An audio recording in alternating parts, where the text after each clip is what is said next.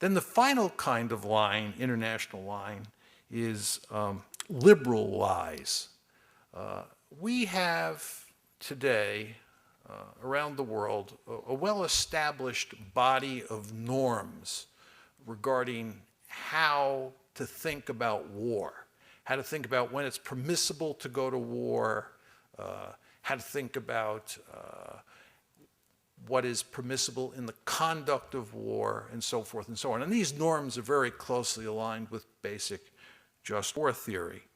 So when states go out and misbehave or act in ways that violate the laws of war, they invariably go to great lengths to try and cover up what they did and portray it in a very different manner.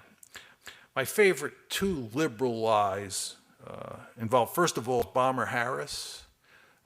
In the spring of 1942, the British were desperate, and they thought the only card they had to play against Germany was to use their military, their Air Force, to bomb civilian areas in Germany and kill as many German civilians as possible.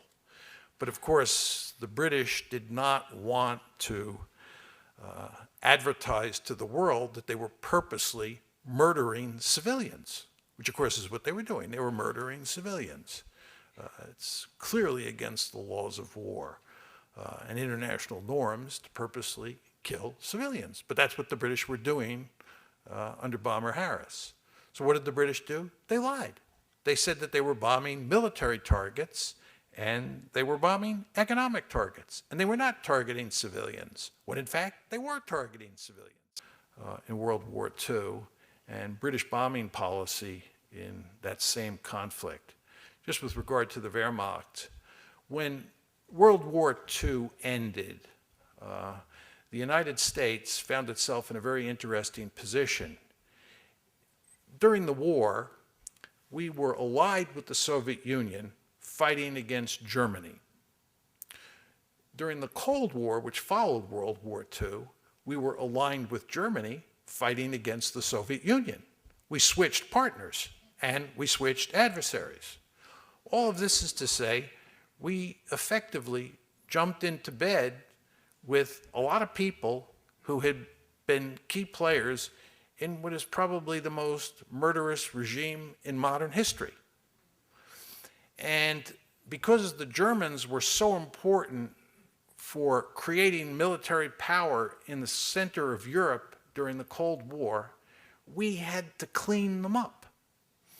So we, working in conjunction with the Germans, cooked up the myth that the Wehrmacht, the German military, in particular the German army, had virtually nothing to do with all the murder and mayhem on the Eastern Front in World War II.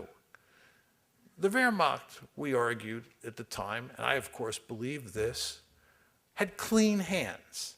And it was only the Einsatzgruppe and the special police forces and so forth and so on that were involved in the killing that took place on the Eastern Front.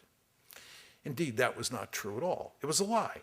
The Wehrmacht was inextricably bound up in the German killing machine on the Eastern Front, and the Wehrmacht did not have clean hands, it had filthy hands.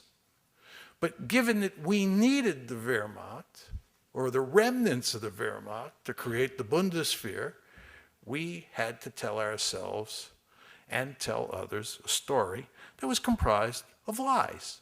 That's a liberal lie.